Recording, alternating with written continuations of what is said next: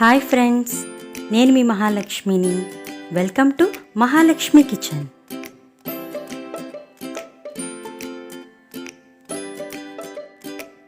ఈరోజు మన కిచెన్లో 5 మినిట్స్లోనే చాలా క్విక్గా ఈజీగా అయిపోయే చట్నీ రెసిపీ నేను చేసి చూపించబోతున్నానండి. ఈ చట్నీ 5 నిమిషాలు అయిపోతుంది కదా, ఏం బాగోదు అని అనుకోవసరం లేదు. చాలా బాగుంటుందండి. టేస్ట్ చూస్తే మాత్రం చాలా బాగుంది అంటారు. నేను చెప్పడం కాదు కానీ మీరు చేసి చూడండి, అప్పుడు మీరే అంటారు చాలా బాగుందని.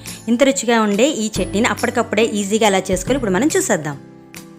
ముందుగా దీనికోసం ఒక మిక్సీ జార్లో 1 కప్పు వరకు వేపిన శనగపప్పు లేదా పొట్నాల పప్పు తీసుకొని మనం ఇష్టపడే కారాన్ని తగ్గట్టుగా పచ్చిమిర్చి, కొద్దిగా అల్లం, కొద్దిగా వెల్లుల్లి రెబ్బలు, రుచికి సరిపడా సాల్ట్ వేసుకొని కొద్దిగా వాటర్ పోసుకొని మెత్తగా మిక్సీ పట్టుకోవాలి. ఈ విధంగా మిక్సీ పట్టుకొని పక్కన పెట్టుకోవాలి. ఇప్పుడు మనం దీన్ని తాలింపు పెట్టుకుందాం. పోపు కోసం కొద్దిగా కళాయిలో ఆయిల్ వేసుకొని కొద్దిగా ఆవాలు, జీలకర్ర, కొద్దిగా మినపప్పు, ఇంకా ఎండుమిర్చి చిక్కుకొని వేసుకోవాలి. 2-3 సరిపోతాయి. కొద్దిగా వెల్లుల్లి రెబ్బలు, ఇంకా కరివేపాకు వేసుకొని వీటిని బాగా ఫ్రై చేసుకోవాలి.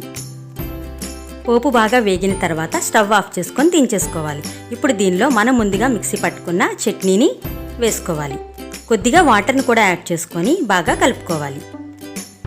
చూసారు కదండి, చట్నీని మనం 5 నిమిషాల్లో చాలా ఈజీగా చేసుకున్నాం కదా. ఈ చట్నీ ఏ టిఫిన్లోకైనా చాలా బాగుంటుంది. ఫ్రెండ్స్, మీరు కూడా తప్పకుండా ట్రై చేయండి. మీకు ఎలా వచ్చిందో మీ ఫీడ్బ్యాక్ నా కామెంట్ రూపంలో తెలియచేయండి.